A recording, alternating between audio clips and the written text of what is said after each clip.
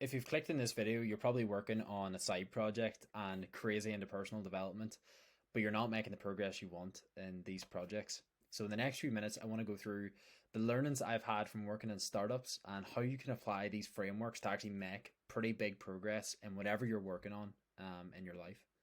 So again, the purpose of this is to accelerate our rate of progress. And this could be regardless of what you're doing, either launching an app, a website, a business, or even if you want to start working in a skill. This could be fitness related, could be playing guitar, God knows what it is for you. But I want to show you how you can use a very simple framework to actually remove the anxiety or boredom from this progress and actually enjoy the process. So I am a startup founder. I've been in the tech world for the last 4 years. I launched an app about a year and a half ago that now has 1,500 users and 12 B2B paying customers. This whole YouTube channel is really documenting my journey to 1 million annual recurring revenue. I recently raised a seed round, if I can speak, a seed round from American-based investors. And over the course of the past 4 or 5 years, I've really focused on personal development in terms of business and also fitness. And I've tried and failed at a ton of shit. And hopefully through my successes or failures, I've got a few things that I can share with you today. Again, so this is my application just to prove it's not bullshit. This is our investors, pretty cool company called Tiny Seed based out of America.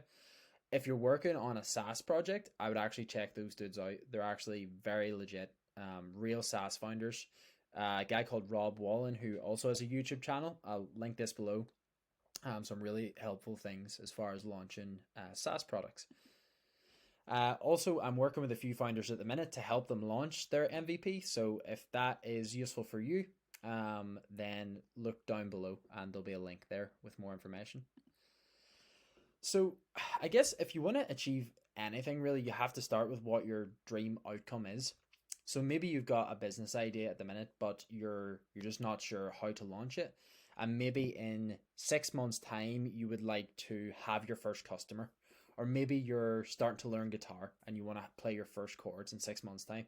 So it's really good to think about defining that.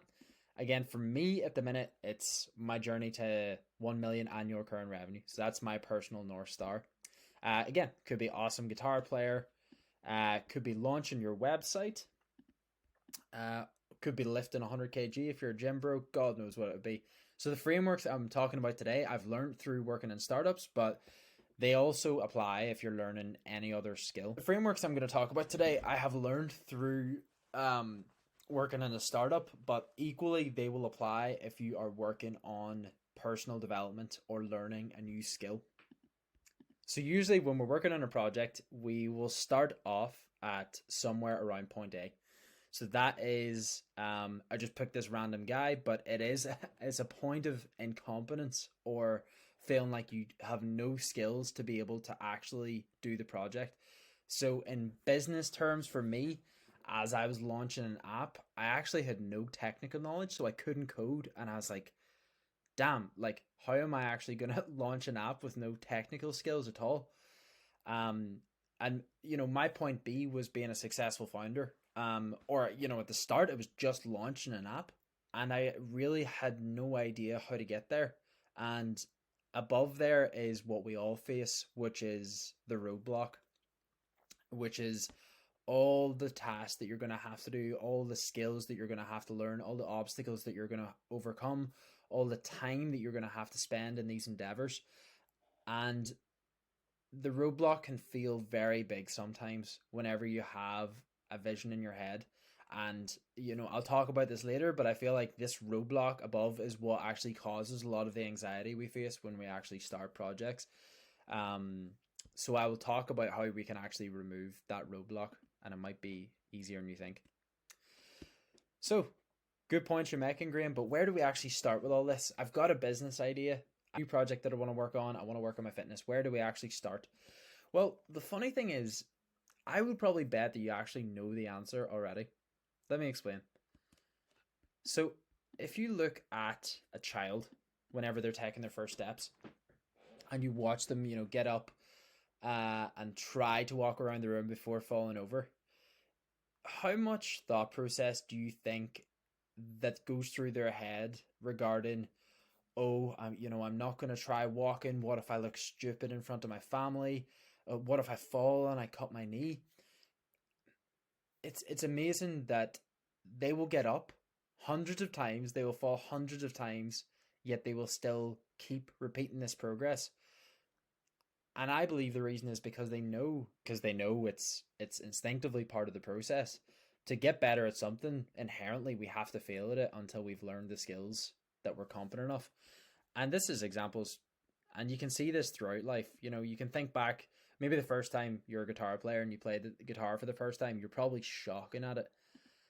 Your first test that you sat in school, unless you're a whiz kid or one of those spelling bee dudes, you're probably shocking at it as well. So, wouldn't it be unreasonable to think that a child taking his first steps could then be Usain Bolt just a few hours later? Obviously, there's some ethnic differences here, um, but I think we put these unrealistic expectations on ourselves to say that progress should be quick and it should be pain free. And I think it's just a delusion that I've told myself hundreds of times, and I think it's just the nature of humanity. We're an impatient bunch and we want things to happen fast.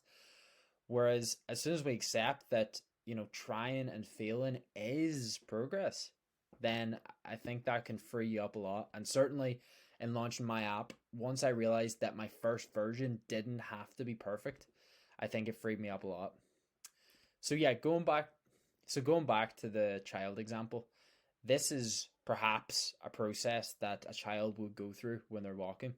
So first of all, they'll get up, they'll stumble, they'll fall, they'll cry. And again, without reading through this, and again, they will just iterate on this consistently until after hundreds of thousands of iterations, then they can actually stand up and walk.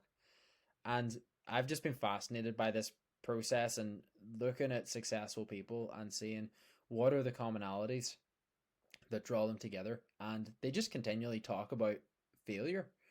And it is corny in today's society to say fail fast and fail quickly and failure is success. But if you're not willing to take that like leap at the start to give things a go, then you're never going to learn the lessons to get you to success. And at least that's what I've found in my journey so far. So when I started my company 3 or 4 years ago, I faced a lot of stagnation, a lot of self-doubt, and there was two main emotions that I faced personally when I started my project. So the first one was anxiety. So anxiety has the voice of, this task is too difficult and will take too long. I'm filled with fear, so I won't act. This is the voice thinking of that roadblock of all the tasks you have to do. The second voice, and I actually I've seen this less common in startup founders, but it still can happen, is boredom. And the voice of boredom is, this is far too easy for us and does not stimulate me, so I won't act. I've seen this a lot less frequently in people that are into personal development and actually building cool products, because the process of launching a business is difficult.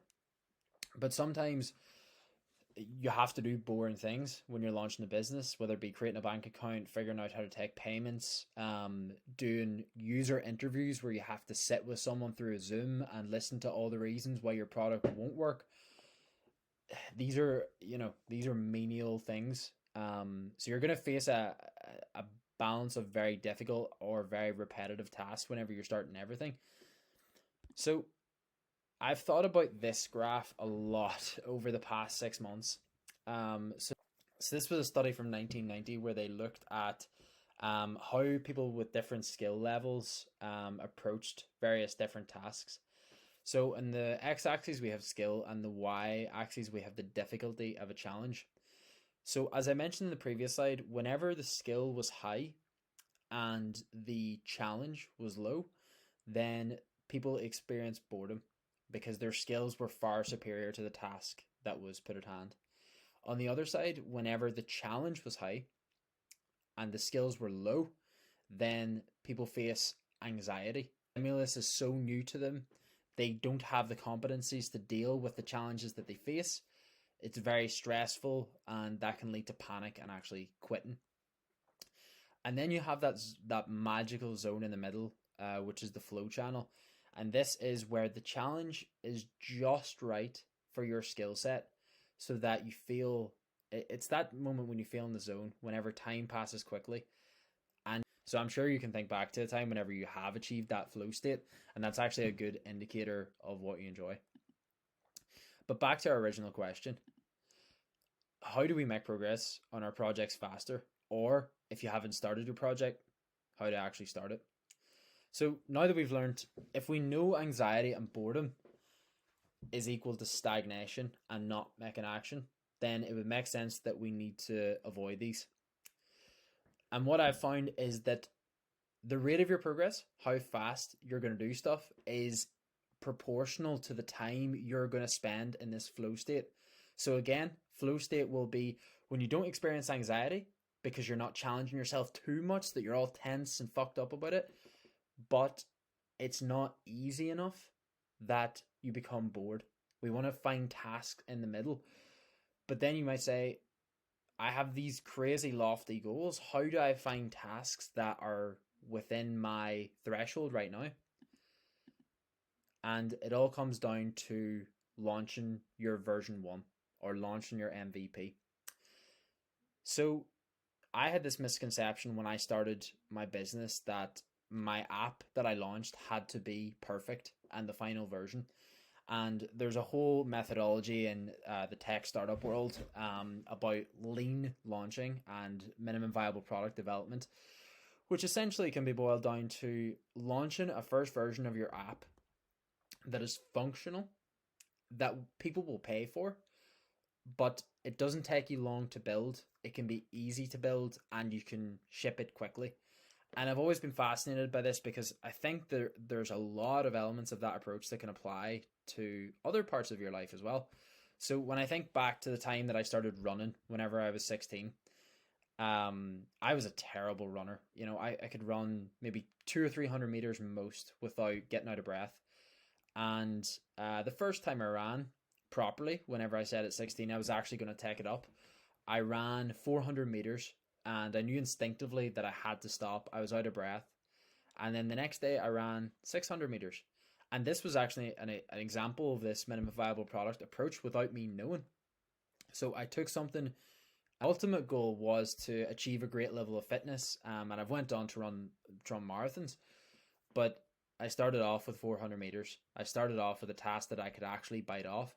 And that fits into that flow state framework of something that was challenging enough to keep me entertained, but it wasn't too challenging that I burnt out through anxiety, or in running's case, just pure pain. And it's such a beautiful feeling in business or in an activity once you've found that MVP, because then you found something that you can actually work on.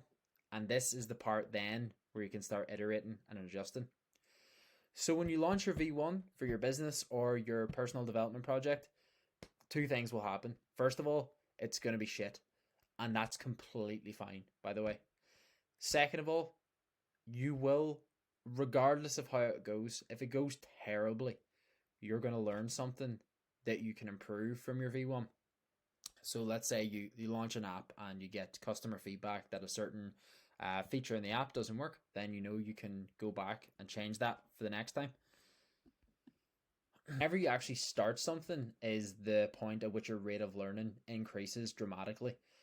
So whenever you start, a prime example is whenever your app is live and you can actually get customer feedback, then your rate of progress will just go through the roof, because now you're getting real world feedback and it's a pretty magical time. So now the next stage is you've got a version 1 of whatever you're doing live, and now it's time to retrospect while you're doing this. And you won't necessarily have to sit down with a pen and paper to do this, but it's just an active process of asking yourself questions like, what went good about this? What went bad? Did I feel anxiety or boredom? And that will tell you if you're going too hard or too easy. And then what can I apply to my next session to make sure that I maintain in this flow state? And And this will allow you to launch version 2, version 3, version 4. And what I found will happen is that your ability to take on new challenges increases as you continue to work on this. So your challenge threshold will increase as your skills increase, and you're really just trying to stay in that beautiful flow state. Obviously, we are rewards based creatures, right? We don't like doing things if we're not rewarded upon them. So what I found really helpful is setting small short-term targets along the way. So for example, my goal is to reach 1 million ARR. So I've broken it down into how I can reach 20k ARR and then set smaller short-term targets to that. It'd be kind of tough if 1 million ARR was the only goal I was chasing, because then I'd have to wait 5 or 10 years to actually reach it. And I ain't that patient, to be honest. I ain't that patient. But yeah, I hope this information was helpful. Again, this is not gospel. This is just my personal opinion and sharing what I'm learning. So on this page, I want it to be a community of people that are smashing their personal development goals. I'm going to share mine. It'd be cool to hear about your journey as well. And drop any comments down below on what you thought of this video, and feel free to subscribe. Out of here, I'll see you in the next one.